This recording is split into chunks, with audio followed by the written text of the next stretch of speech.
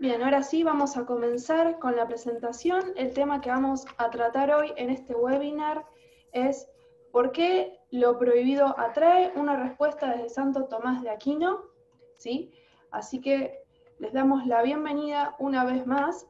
Y antes de adentrarnos un poco en el tema, me gustaría contarles de qué se trata la Escuela de Humanidades y por qué es importante, ¿sí?, formarse en humanidades.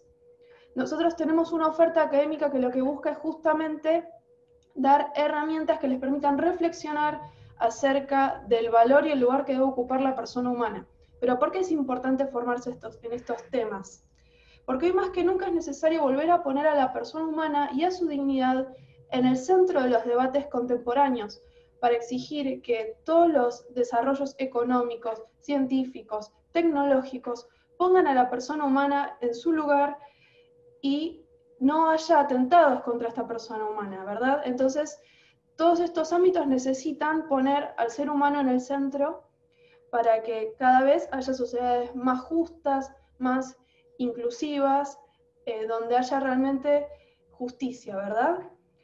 Entonces, solo así podemos alcanzar estas sociedades, ¿no? Las humanidades tienen un papel primordial en la propuesta de nuevos modelos humanísticos y de integración de los seres humanos. Por eso la Escuela de Humanidades quiere responder a este desafío que es tan actual, más aún en este contexto en el que estamos viviendo que cada vez los avances tecnológicos se hacen más presentes en la vida de las personas. Por eso que nosotros tenemos todo toda esta oferta académica que busca responder a diferentes aspectos, ¿sí? Tanto en lo humanístico como también en algunas cuestiones religiosas. Por eso tenemos una licenciatura en educación religiosa, que es para los residentes de Argentina, tenemos la diplomatura en antropología cristiana, la diplomatura en formación religiosa, la diplomatura en pensamiento tomista, en ética social, en psicología cristiana, dos cursos gratuitos, ¿sí?, que los que pueden inscribirse y participar libremente sin ningún tipo de costo, y la serie de webinars que realizamos tanto aquí por nuestra cuenta como también con misioneros digitales. Todas nuestras diplomaturas y cursos se cursan íntegramente a distancia, ¿sí? Para participar solo necesitan tener un celular, una tablet, ¿sí?, o algún dispositivo que les permita conectarse a internet y acceder a los recursos. También contamos con, digamos, oferta para todo el mundo, que todo el mundo que sea de habla hispana puede participar, ya que esto es abierto a través de internet y no es necesario tener un lugar de residencia cercano a nuestra universidad. Bien, actualmente nosotros estamos ofreciendo la diplomatura en pensamiento tomista, que es la que tiene la inscripción abierta en este momento y que está relacionada con el tema de hoy, ¿sí? La diplomatura comienza el 22 de septiembre, la dirige acá el padre Daniel, que es el que nos va a acompañar en este webinar. Tiene una duración de 12 meses y cuenta con un 20% de descuento, ¿sí? Los que se quieran inscribir ahora, hasta el 22, tienen este descuento por inscripción anticipada. Además de la diplomatura general, tenemos también dos ofertas más del mismo diplomado, pero con un título que es junto con el ISCREP, ¿sí?, el Instituto de Ciencias Religiosas de Barcelona. Tenemos el curso de extensión, que es para todo público que quiera acceder a esta doble titulación, y también tenemos el diploma especialista, que es para aquellos que ya posean un título de grado aprobado en Europa, ¿sí? Así que los que ya tengan un título de grado en humanidades y quieran hacer una especialización en Santo Tomás de Aquino, lo pueden hacer recibiendo la doble titulación tanto de la Escuela de Humanidades como del ISCREP. Así que bueno, si quieren saber más, tener más información, estos son los medios de comunicación que nosotros contamos. Tenemos nuestra página web, tenemos nuestro mail, ¿sí? Ahí pueden escribirnos y van a recibir toda la información que necesitan. Tenemos también nuestra página de Facebook y nuestra página de Instagram, donde vamos subiendo todas las novedades acerca de los webinars, acerca de las inscripciones que se abren, y también el WhatsApp, ¿sí?, que estamos respondiendo todos los días de lunes a viernes. Todas las consultas que ustedes manden por ahí las vamos a estar respondiendo. Así que ahora sí nos vamos adentrando en el tema que nos toca hoy, que es este webinar acerca de por qué lo prohibido atrae. Para esta disertación contamos con el padre Daniel Torres Cox. Él es sacerdote de Fasta, bachiller de Derecho por la Universidad Pontificia Católica de Perú, con estudios de posgrado en la Universidad Carlos III de Madrid. Es bachiller en Filosofía por la Universidad del Norte Santo Tomás de Aquino y profesor en Ciencias de la Religión y licenciado en Teología por la misma universidad. También es bachiller en Teología de la Pontificia Universidad Católica Argentina y dicta actualmente la diplomatura en Pensamiento Tomista, que es la que les acabo de mencionar, y el módulo de Antropología Filosófica del Diplomado en Antropología Cristiana. Actualmente él también está dirigiendo el proyecto amafuerte.com. Así que bueno, les damos la bienvenida a todos. Yo voy a estar asistiéndolos a través del chat por cualquier cosa que necesitan. Sepan que si les van surgiendo dudas o consultas, los pueden escribir también por el chat. Así que bueno, le damos la palabra ya al padre Daniel. El Rosario, muchas gracias por la presentación. Voy a empezar a compartir pantalla y empezamos lo que me toca a mí en esta presentación.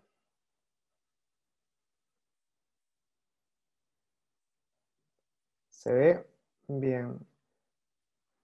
Bueno, vamos a preguntarnos entonces, el día de hoy, ¿por qué lo prohibido atrae? Es un tema sin duda interesante, sin duda por ahí también apasionante. Vamos a tratar de tocar algunos temas, siempre tratando de responder esta pregunta a partir del pensamiento de Santo Tomás de Aquino. Vamos entonces.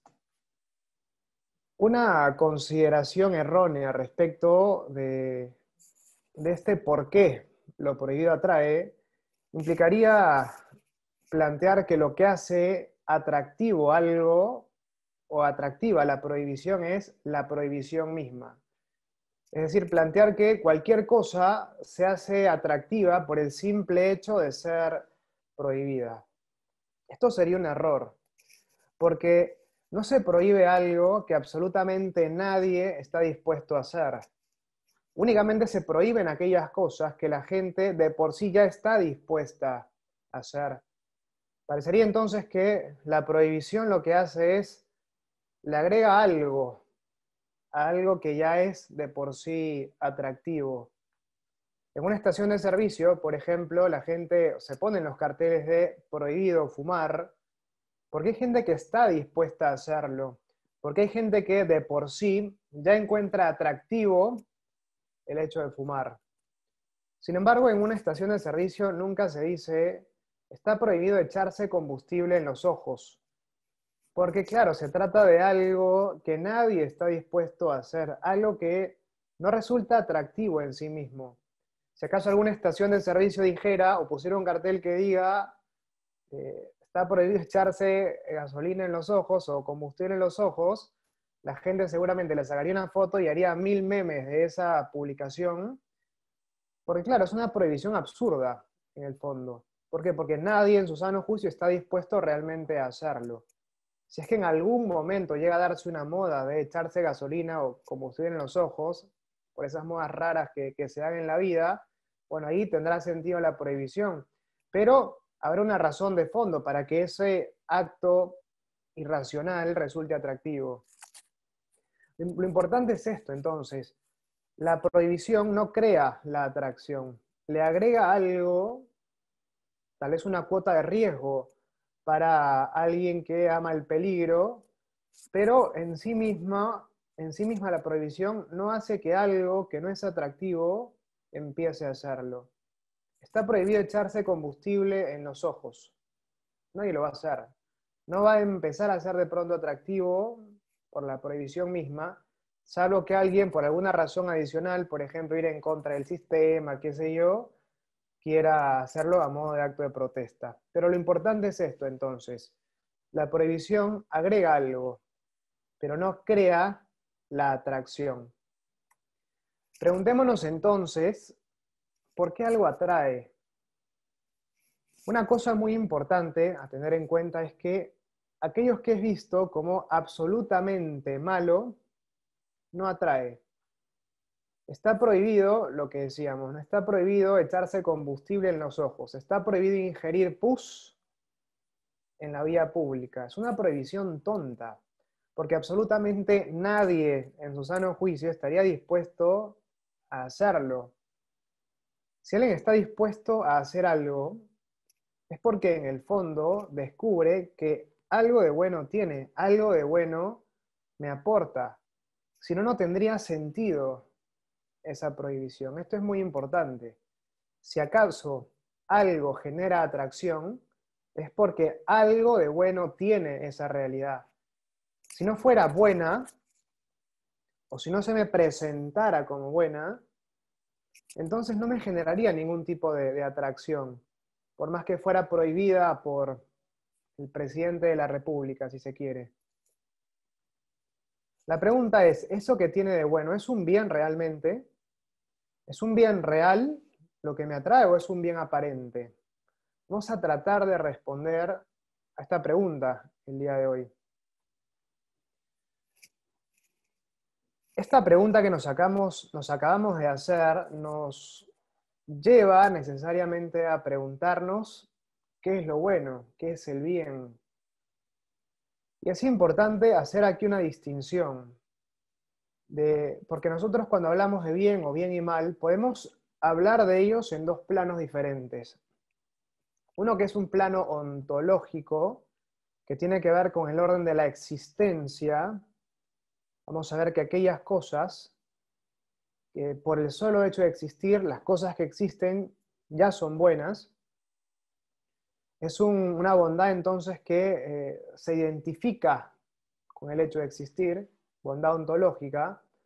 Después tenemos también un bien, una bondad moral, que ya no depende de la existencia de la cosa, sino depende del sujeto que está en posibilidad de obrar con libertad. Y entonces cuando hablamos de bien moral, hablamos del bien o el mal que se da en la realización concreta de alguna acción. Esto es muy importante entonces. Nivel ontológico de bondad, hablamos del nivel de la existencia. Vamos a ver en este pequeño webinar cómo todo lo que existe es bueno por el solo hecho de existir, pero bueno, ¿en qué sentido tenemos que entender esto? Después hablamos de la bondad en términos morales, términos en los cuales podemos decir que es bueno o malo aquello que yo libremente elijo realizar. ¿Sí? Dos niveles dos niveles vinculados, pero diferentes. Es muy importante. Vamos a hablar de bondad y moral, bondad y bien, bondad y maldad, perdón, a estos dos niveles. Avancemos entonces. Bien, para entender la noción de bien ontológico, es importantísimo hablar de creación, entender o tener en clara la noción de creación. Bien, después se va a ver por qué. ¿Qué es crear? Crear es hacer que algo empiece a existir. Donde nada había, ahora empieza a haber algo. Pensar la creación implica pensar una suerte de sucesión, por lo menos para empezar. Una sucesión en la que antes nada había y ahora empieza a haber algo. Es una sucesión que no se da en términos temporales, sino de orden simplemente. No en términos temporales porque antes de la creación no había tiempo. Entonces no es posible decir un antes de en ese contexto. Pero también es una sucesión cuyo término inicial no puede ser pensado, porque el término inicial de esta sucesión o este orden por medio del cual nosotros tratamos de pensar la creación, ese término inicial es la nada.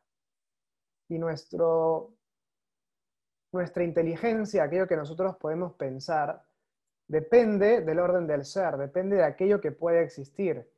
Podemos pensar únicamente aquellas cosas que existen en acto, que existen actualmente, o que potencialmente pueden existir. La nada, por lo tanto, no puede ser pensada, porque en el momento en el que empieza a existir deja de ser nada. En el momento en el que potencialmente incluso empieza o la pienso como algo que podría existir, deja de ser la nada. Y que la nada no puede pensarse simplemente, y eso presenta un obstáculo para nosotros para tratar de entender la noción de creación.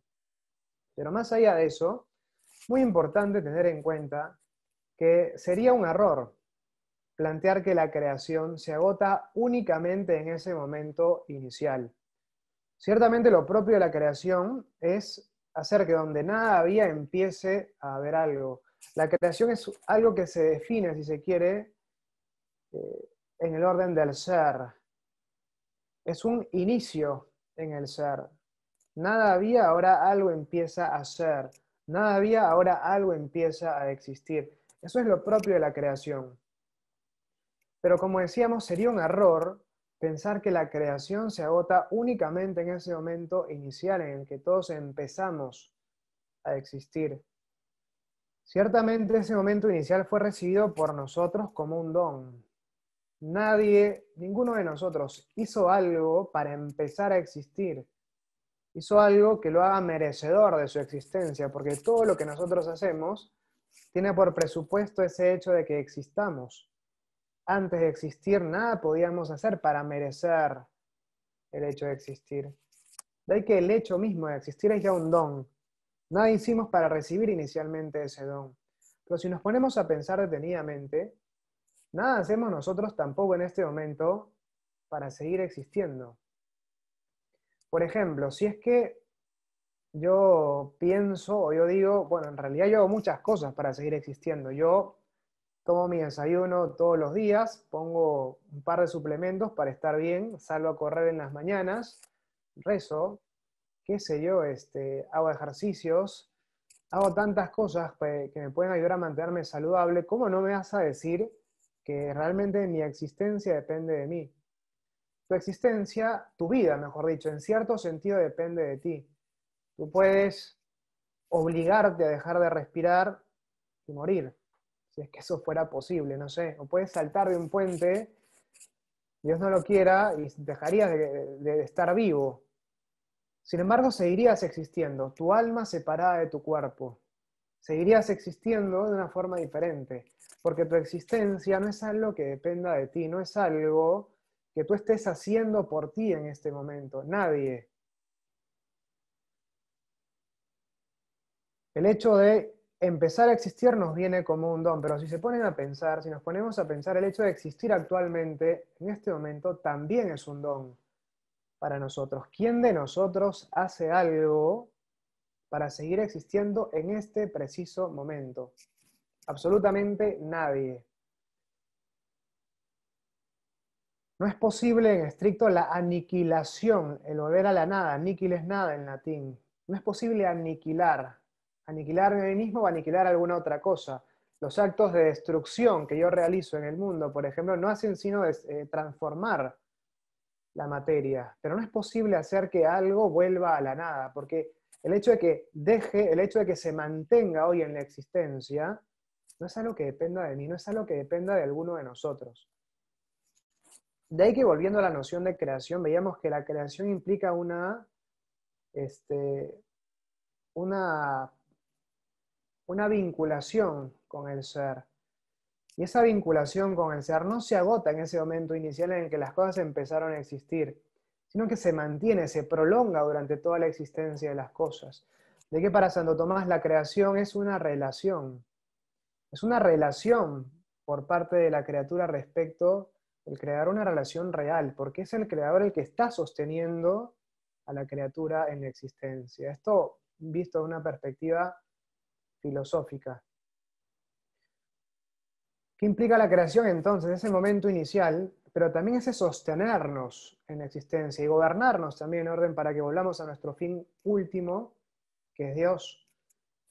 Está desde Dios, la creación es un acto instantáneo, porque Dios está fuera del tiempo. Pero visto de nosotros, la creación es una relación, una realidad que se prolonga durante toda nuestra existencia. Implica ese inicio en el ser, ese mantenernos en el ser, ese gobernarnos en orden a que busquemos o que alcancemos nuestro fin último, que es Dios. La creación entonces es una relación. ¿Y esto por qué es importante para hablar de bondad moral? Porque Dios cuando crea, pone en acto su inteligencia y su voluntad. Inteligencia y voluntad son algo más, son ambas facultades espirituales. Están presentes en todas las realidades espirituales. Bueno, sí, espirituales. Ser humano, los ángeles y Dios. Solo que en Dios se dan de una manera eminente, de una manera que no podemos nosotros pensar, se identifican con su esencia. Dios es su inteligencia, Dios es su voluntad. Nosotros tenemos inteligencia, tenemos voluntad. Los ángeles tienen inteligencia, tienen voluntad. Pero es interesante que Dios al momento de crear entonces pone en acto también estas facultades espirituales, que en Él, como decíamos, se identifican con Él.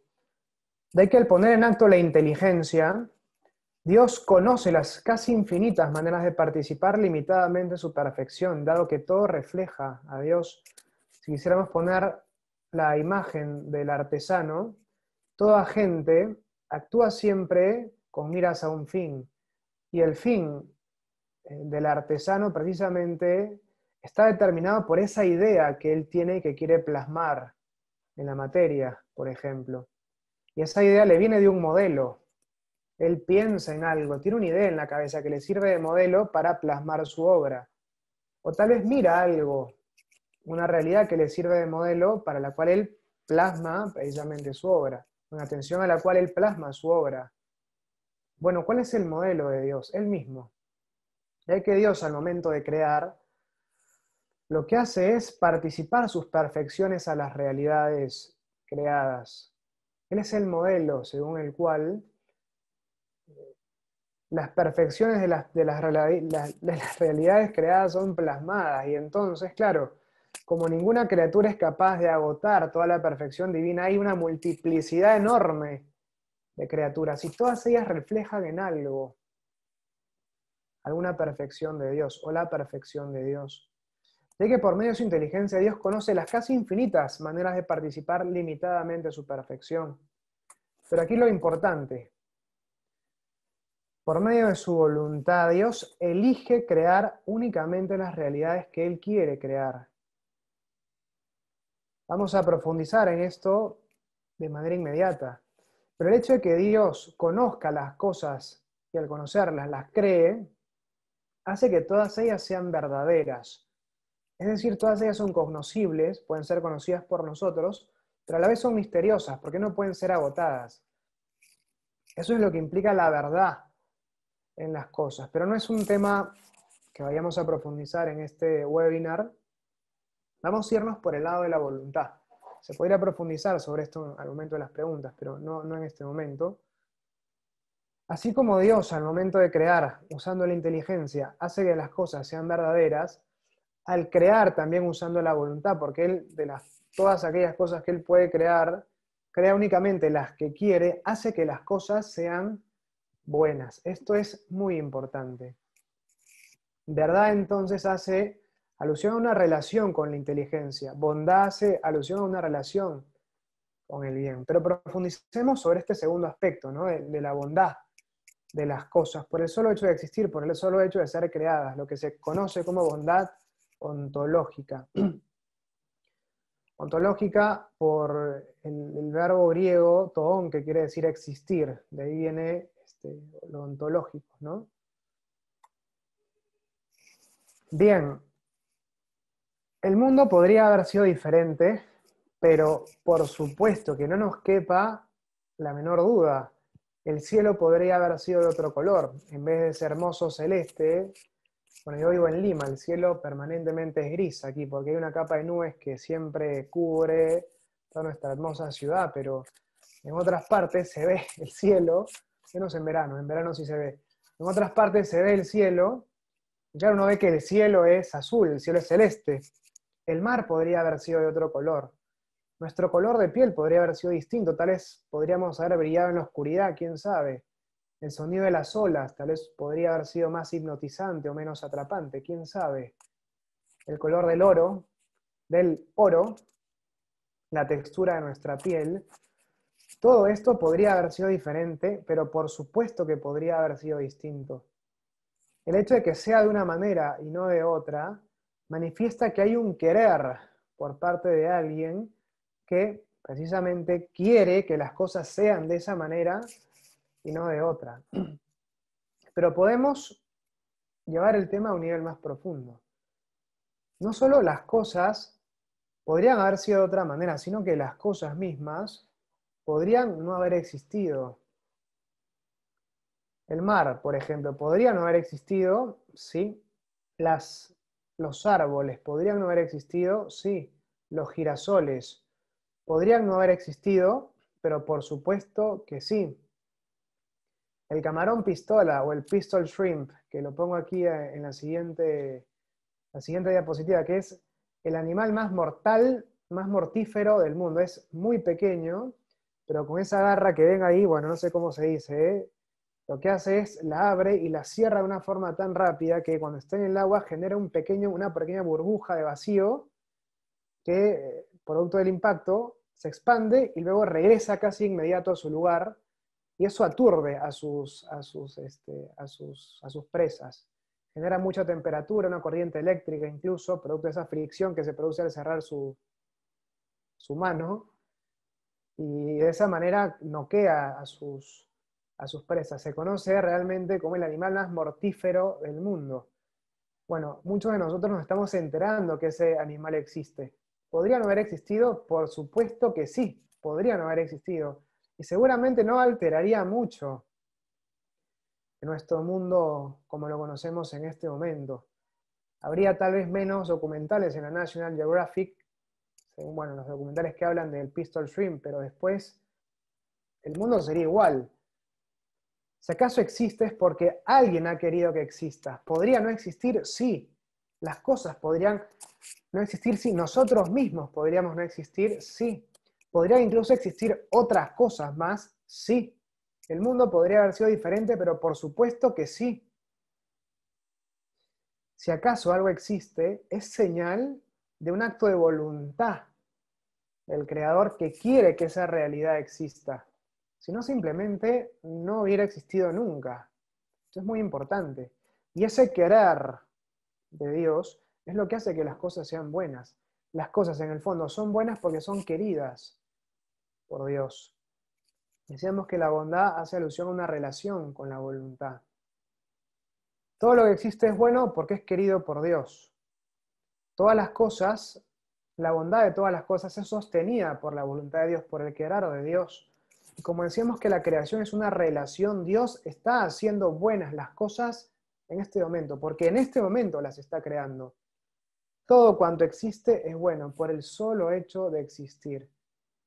Yo soy bueno, una perspectiva ontológica, porque existo, porque Dios quiere que exista yo en este momento. Dios me ama porque existo. Es la prueba irrefutable de que Él me ama, de su amor, porque estoy existiendo en este momento. Prueba de que no me niega su amor incluso cuando me porto mal, porque incluso cuando me porto mal, sigo existiendo. Esto también destierra de una mirada cristiana, o una mirada filosófica realista, si se quiere, para tener un poco más de amplitud, esta consideración de que lo espiritual es bueno y lo material es malo, que el cuerpo es malo y el alma es buena, no. En la medida que el cuerpo y lo material existen, son realidades buenas, porque son queridas por Dios, si no, no existirían simplemente. Esto nos ayuda a ver cómo la bondad de las cosas es el escenario de un encuentro entre dos voluntades. Está la voluntad de Dios, que hace que las cosas quieran existir, que hace que las cosas existan, mejor dicho, en este momento con su querer. Y si acaso yo puedo querer alguna cosa es porque ésta está siendo querida en este momento por Dios.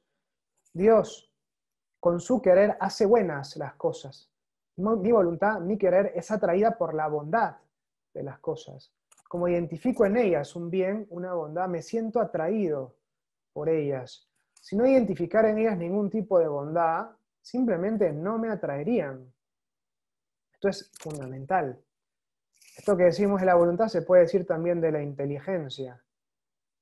Todo cuando existe tiene una razón de ser, tiene un propósito, y en la medida que Dios lo está conociendo, yo también puedo conocerlo, y puedo conocer esa finalidad que Dios pone en las cosas. Todo acto de conocer implica tener un puente entre Dios y nosotros, porque en cada acto de conocimiento mi inteligencia toca la inteligencia divina que está sosteniendo esa realidad. De alguna forma también en cada acto de querer por parte mío, mi voluntad toca la voluntad de Dios, que está sosteniendo esta realidad en la existencia. Y al sostenerla en la existencia con su voluntad, la está haciendo buena. Yo me siento atraído por esa bondad, que no es otra cosa que un reflejo de la bondad de Dios. Recordemos que Dios, cuando crea algo, estas realidades creadas en algo manifiestan su perfección. Y mientras más perfecta es una realidad, más atracción me genera, porque descubre en ella una mayor bondad, si se quiere una mayor semejanza a Dios. Por eso una piedra, por muy hermosa que sea, no se compara tal vez a un animal querido por mí, un perro, mi mascota. Y por eso un perro, por más cariñoso que sea conmigo, nunca se va a comparar o no debería compararse a un hijo, o una esposa, o un esposo. Los amores que puedo generar hacia ellos son sustancialmente diferentes porque ellos tienen una entidad, una dignidad mucho más grande. Por eso no hay posibilidad de comparación. Tienen una mayor bondad en términos ontológicos, porque son más perfectos, porque reflejan mejor la perfección de Dios. Por eso me generan mayor atracción. Esto es muy importante. Bien, hasta aquí la bondad entonces en sentido ontológico. Espero que vayamos bien hasta ahora.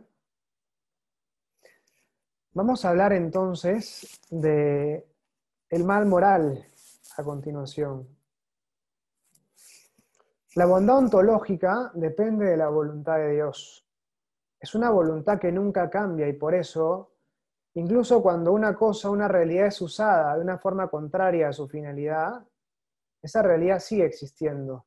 O incluso cuando yo me comporto de una manera que no es conforme con mi finalidad, esa voluntad, ese amor incondicional de Dios no cambia respecto de mí. Y entonces yo sigo existiendo incluso cuando realizo alguna acción mala. Pero cuando hablamos de maldad moral, hablamos de aquella bondad o maldad que depende del ejercicio libre de las acciones que yo realizo. Esto se aplica a todas las criaturas espirituales, al ser humano y también a los ángeles.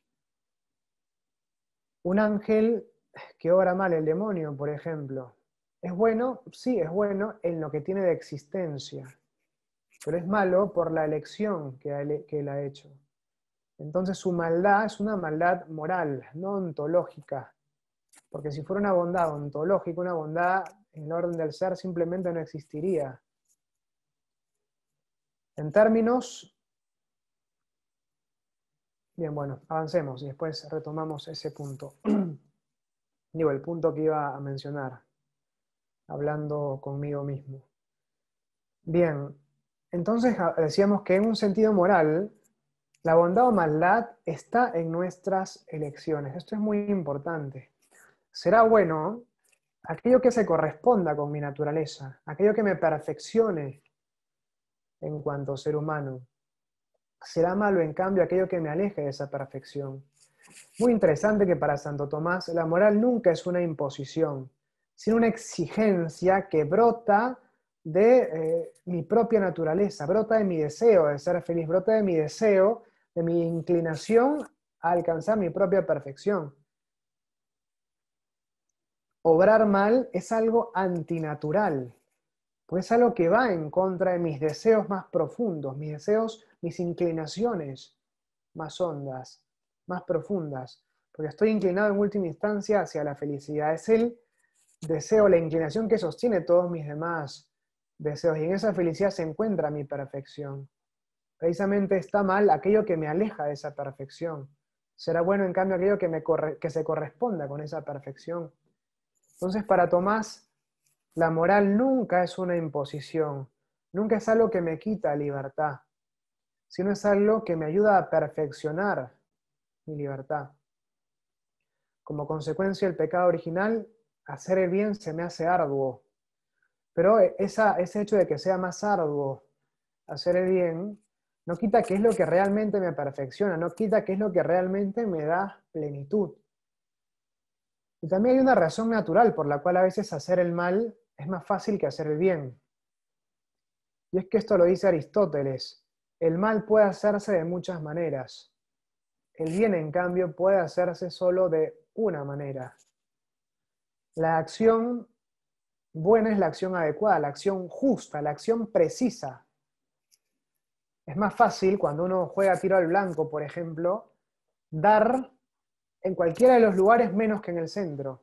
Siempre dar en el centro es más difícil. Por eso realizar la buena acción, que es ese dar en el blanco, es más complicado. Qué fácil que es dar un mal consejo. Pero en cambio, cuando acertamos con los consejos, las personas nos dicen, oye, me diste el consejo preciso, precisión. Eso que me dijiste fue lo acertado, acierto. Bien el blanco, acerté, ¿no? Es muy importante entonces. Ahora bien, en el ejercicio que yo realizo de mi libertad, este ejercicio muchas veces implica el uso de ciertas cosas. Por ejemplo, qué sé yo, yo puedo elegir comer carne un Viernes Santo o no comer carne un Viernes Santo.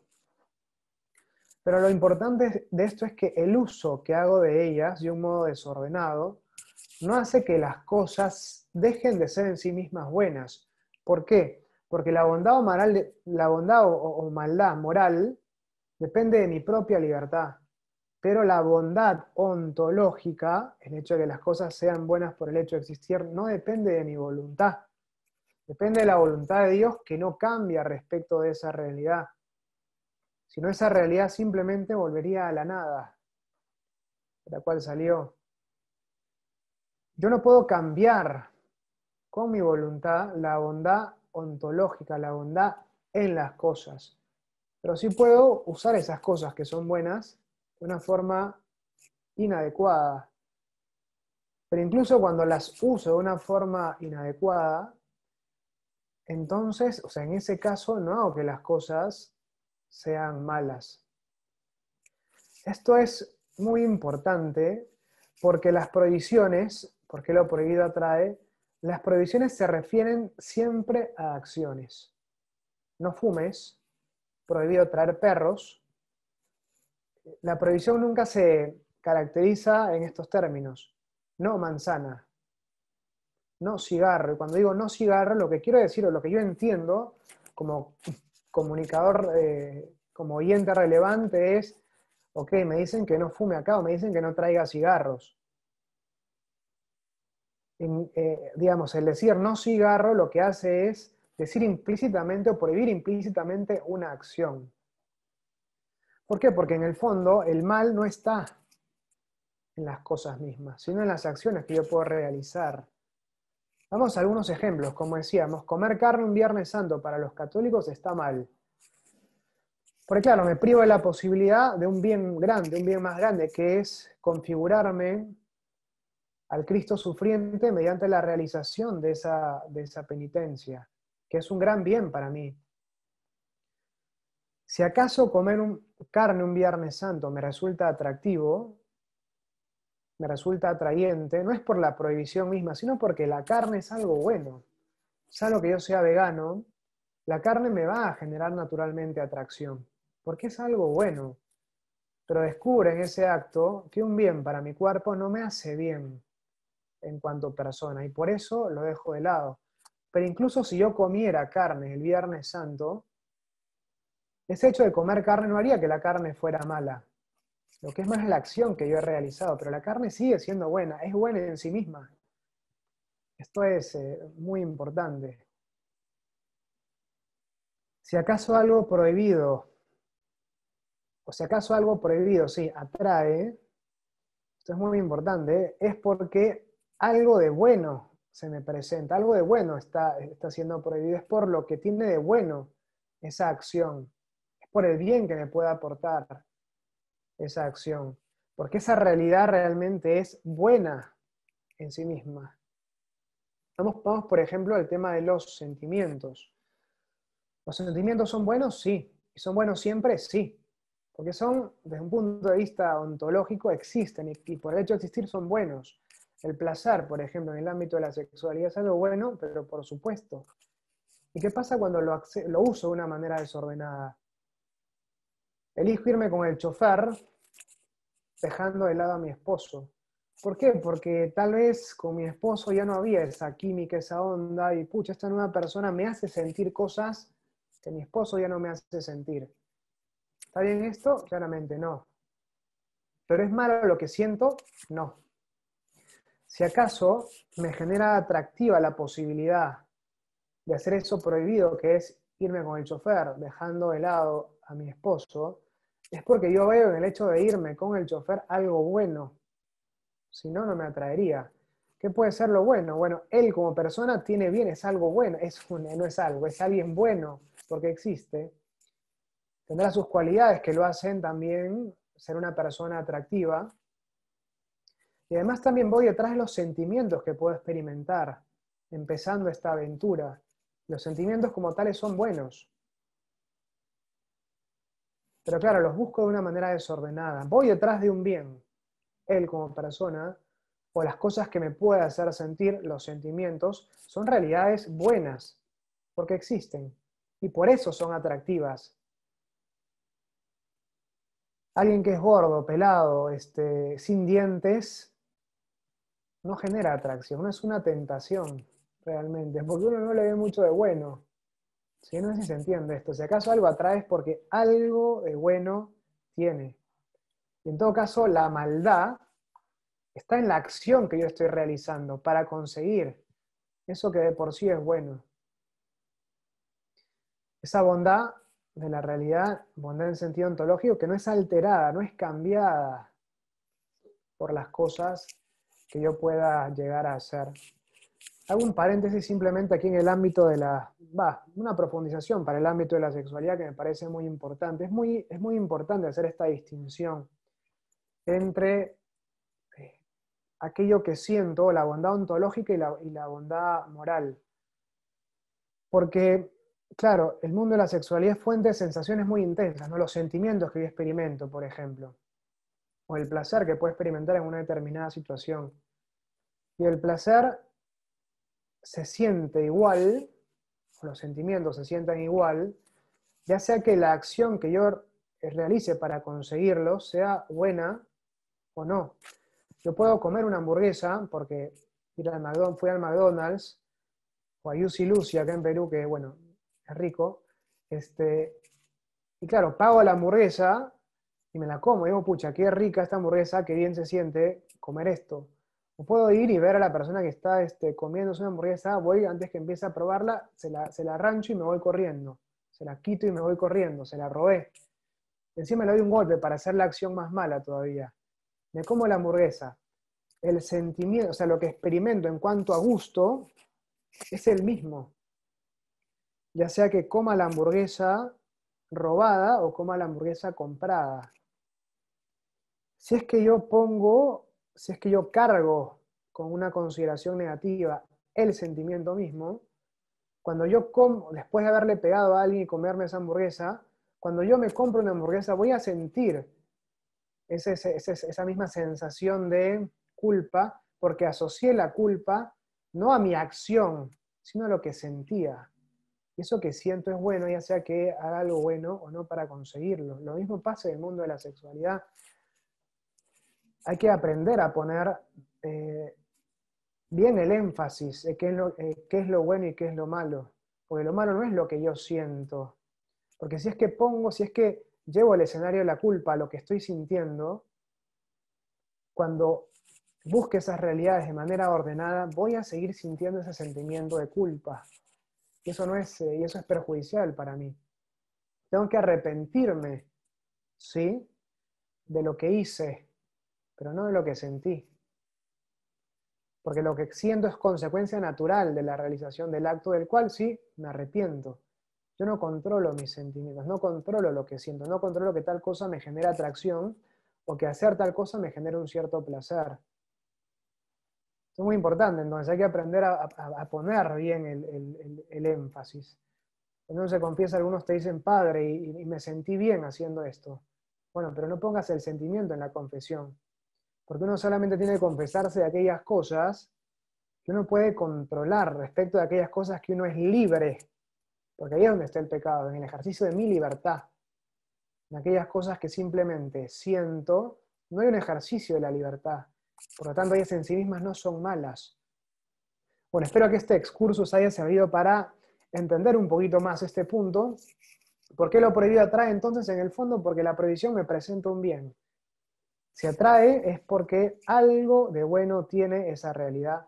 Lo que me toca a mí es pararme frente a esa realidad y ver si es que esto que se siente bien o me aporta un bien parcial, me hace bien en cuanto ser humano. Si esto que me atrae, porque es bueno, me hace bien a mí en cuanto persona.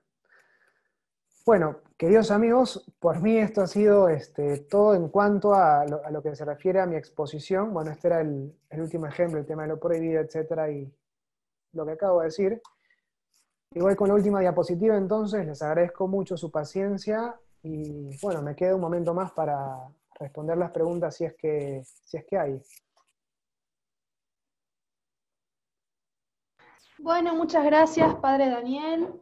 La verdad que estuvo clarísima la exposición, muy, muy interesante. Temas que nos afectan día a día desde una mirada muy, muy profunda y con la ayuda de Santo Tomás también. Así que te agradecemos. Abrimos ahora espacio de consultas. Los que quieran preguntar pueden escribirnos por el chat, ¿sí? Así el padre puede responder a sus inquietudes. Acá nos comentan que estuvo muy claro y agradecen, así que les agradecemos a ustedes también. La verdad que es un gusto contar con estos espacios, ¿no? De que uno da y recibe en estos espacios, ¿no? Y aparte está bueno el contacto en vivo. Así que bueno, acá hay agradecimientos, no sé si habrán preguntas, los que quieran hacer alguna pregunta pueden dejarlo escrito por aquí.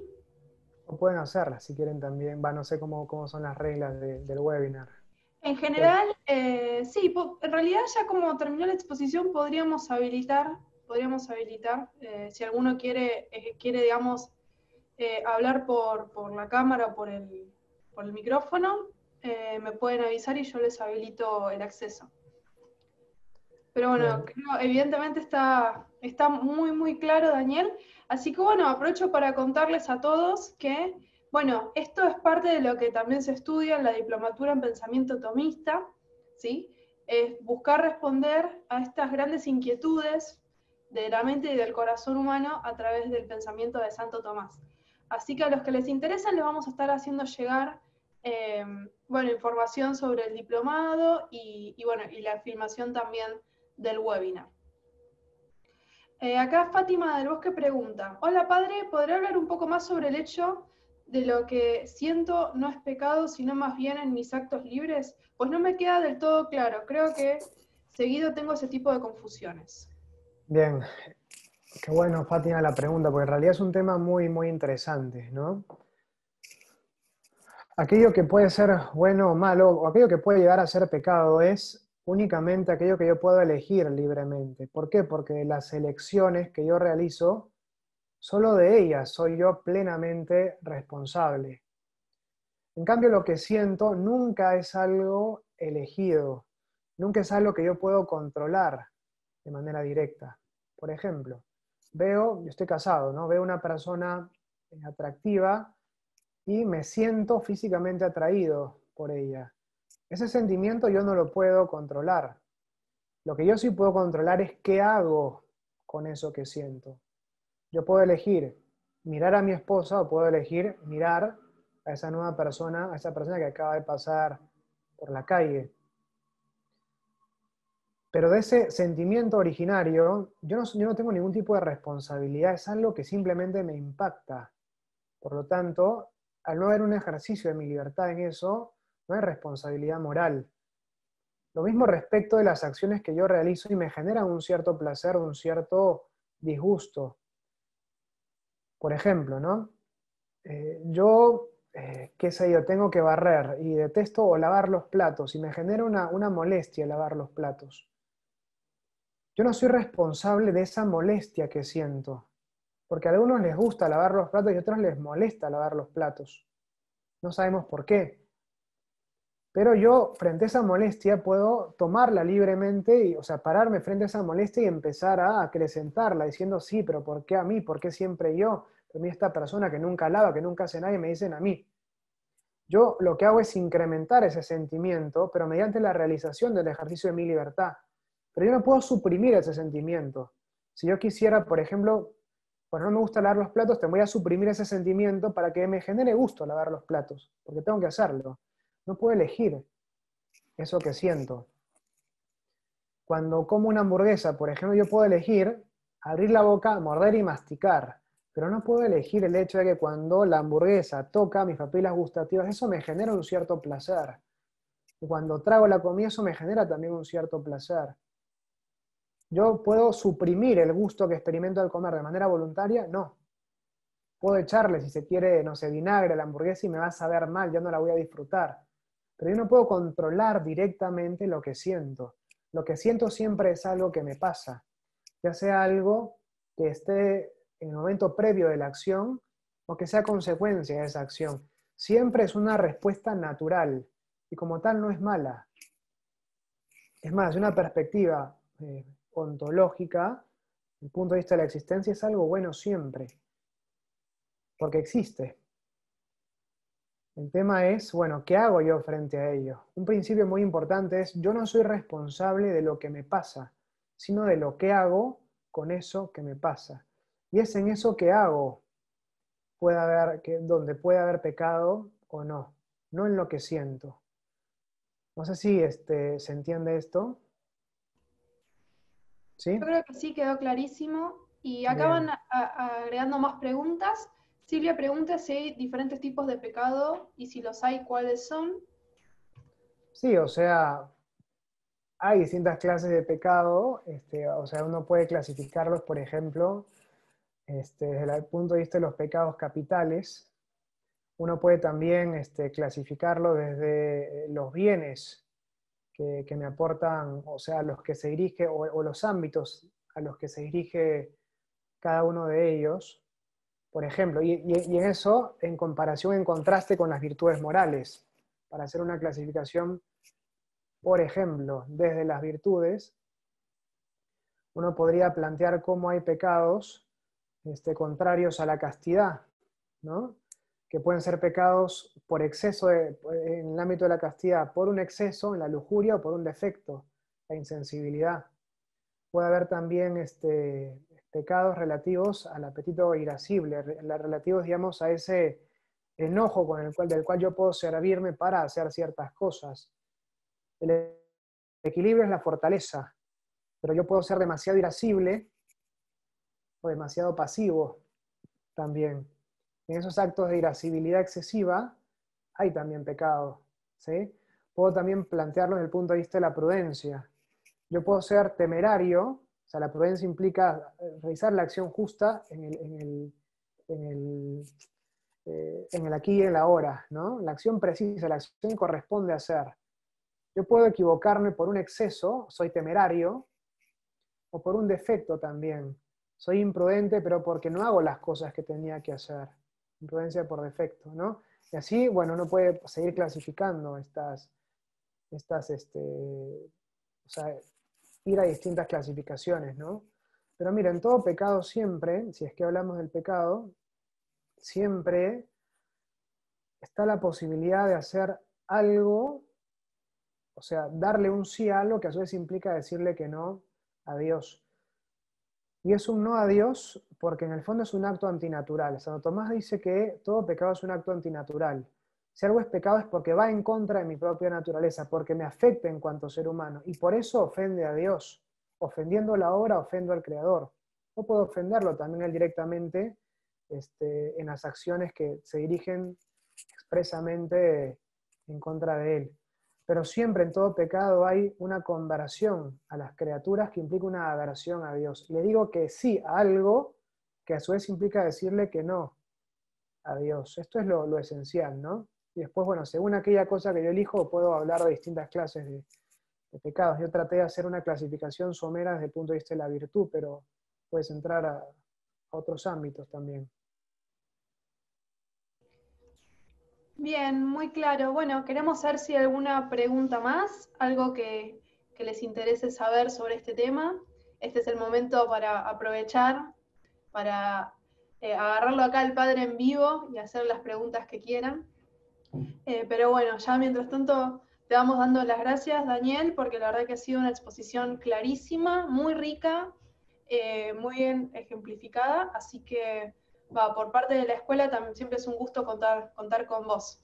Realmente es muy Gracias. enriquecedor, sobre todo porque nos hace llegar a Santo Tomás, que a veces para tantas personas parece que es un santo tan lejano, cuando en realidad es tan cercano y es en el fondo, tiene un pensamiento tan sencillo, ¿no? Porque va a las cosas mismas y a lo que a cada uno le pasa en su vida realmente. Así que bueno, te agradecemos mucho.